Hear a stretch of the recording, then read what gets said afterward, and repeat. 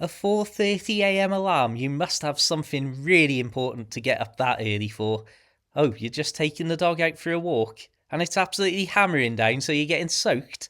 And then, because it's midwinter, you get to a beautiful place like the aqueduct and there's absolutely no view because the world's still in darkness. Okay, well, let's deal with this. Firstly, I would like to note that when I made a video talking about waking up early in midsummer over a year ago, you can see, of course, it's not always dark and dingy and terrible. Look at this, on the aqueduct before 5:30 in the morning, and it's one of the most beautiful experiences I've ever had. Even the canal boat shops weren't setting up for a few hours yet. Anyway, back to this week. Why am I getting up so early still? So, there's a few reasons for it, and I think as time ebbs and flows and life changes, different reasons take more prominence as to why you'd want to do something like this. But for me, there's two consistent reasons that always stay at the forefront. The first is the classic thing that lifestyle gurus and motivational speakers will tell you should wake up early for, and that's to get your really productive hours of the day done and do it in a very calm, quiet, distraction-free part of the day. And if you want to add in a totally unnecessary competitive element to it, you can say that you're the ultimate hyper competitive person because everyone else is asleep for hours while you've got your most productive part of the day done before they even knew it was a day. And of course, you're likely to be asleep before them, if all goes well at least. For a quick reference, this is how alert I sound at that time. Okay then, my friends, here we are on Pontius up the Aqueduct before 5 a.m. Haven't really got anything to show you here at this time during midwinter. It's a little bit dark, as you can probably tell. The river in the background, though, is sounding pretty rough at the moment, and over the next few days, if the weather forecast's accurate, my goodness me, there's going to be some water coming down there. Scary to think. Hopefully I came across as a coherent and well-rested individual in that clip. Perhaps not. But as you can see from these clips, when it comes to productivity, I can have gone out and had a beautiful start to the day with good old Gizmo, walked 3 miles, and be stood at my desk editing videos, doing whatever needs to be done by 5:45 in the morning. And of course, that means you've got an awful lot of day afterwards to enjoy, hopefully having done the big tasks and the serious things that you want to get done early on, as I say, in that distraction-free, calm morning. Here's something I don't normally do, though. For something completely different, we've popped down to the garage to go to Greg's. We've got Sam a donut for her breakfast whenever she wakes up. And we've also got Daniel a pasty for his breakfast, which is a rare treat.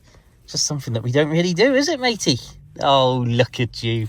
As a side note, it's also an excellent opportunity to run the heater in the car and get his fur a little bit drier. Oh, it's good, isn't it, mate? The other consistent reason that I do so many of these early starts is simply because I really like it. And as you'll see from this view through a very wet window of the sky getting lighter and lighter, not only do you get to go out and experience the world in its absolute blissful slumber state, but you do also get to slowly see the world wake up. But I'm not going to lie to you, my friends, it's very difficult to convey that wonder and beauty of the world waking up on a really miserable winter day. However, you can see here is this morning, so we set out nice and early. We did a 5-mile walk and still got back just after 6 a.m, so that's a really good bit of exercise. Again, it's in the dark, it's not quite this beautiful silent canal experience, but the point is, we're getting out there doing loads of exercise, getting plenty of miles in every week, and all in these magical early hours. And still then, we can start our day, even if we wanted to go back and rest for an hour, at a relatively normal time and get on with whatever proper work needed to be done, or in this case, not proper work, editing this very video that you're watching now, or at least pretending that that's what I'm doing. I just want to throw in a little bit of footage of me, Sam, and the young version of Gizmo visiting my family because it helps to illustrate a really good point and a bit of a side effect of getting up and being productive and getting exercise done so early on in the day. And that is that you feel from maybe 9, 10 a.m. that you've actually achieved something, and it almost lets you enjoy the rest of the day with the people around you or whatever is going on that particular day with some sort of peace of mind that you haven't totally wasted the day, or you haven't got it in the back of your mind, oh, I need to do this, I need to do that. And it can certainly, well, make moments like this where we're visiting. I'm not thinking, oh, need to get back to the boat, need to get back to Sam's house, need to do this, need to do that. I'm able to just be there for as long as we want to be and not think, I need this done, I need this done, I need this done. And that's a feeling that you have from pretty much the point that everybody else is starting to join you in the waking world. And it's definitely something that I know has led me to be a little bit more relaxed and a little bit more, again, I hate terms like chilled out and so on, but putting that early work in definitely has an impact on the rest of the day.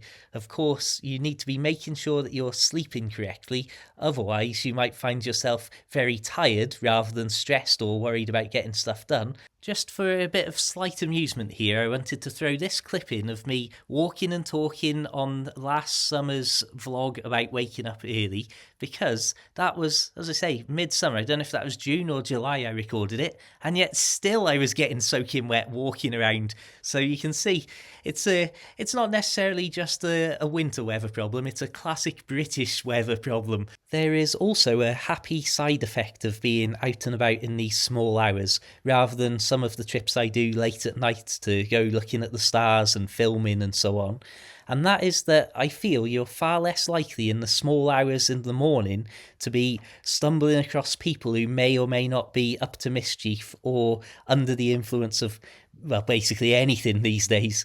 And I might purely be talking of my own experience, and it might be the exact opposite in some places, but just as an example from this year, in the mid-springtime, me and Gizmo were walking on this exact stretch of pavement that's on screen now, and I had my torch really dim. I think I had my super torch in my bag with a tripod to go and do some filming, and we literally practically walked on top of a chap who was asleep on the pavement itself. And so all of us had that moment of being startled, unexpectedly stumbling across each other, basically.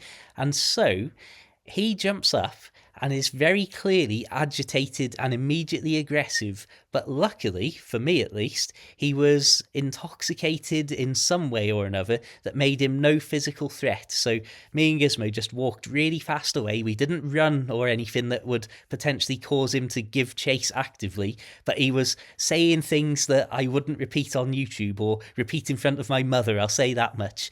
And so there was just that immediate thing in my mind of, okay, that's a situation where if he wasn't quite so out of it, or if he was on potentially different substances, he might have been more of a physical danger and threat. And it actually was one of several incidents that happened in the run-up to this summer that convinced me to stop doing my late-night jaunts all over the place around any significant areas with high populations. Basically, I wanted to run away and live down on the canal on a boat in the middle of nowhere again. So potentially a very different experience to my early morning walks where I might not see a single person or even a car travelling. I'm ending the video here just to show you I'm using some of my extra productive hours to help Sam with the chores around the house, especially as she's still recovering from a big fall that she had and fracturing her eye socket and all the rest of it. If you don't know what I'm talking about, again, check out my other videos. And on that note, thank you very much for watching. Please do check the links in the description. You'll find me posting all sorts of boat life and the great outdoors all over the internet. Until the next time, keep it interesting, keep it early morning worthy, keep it boat worthy, have a fantastic day, and of course, my friends, farewell.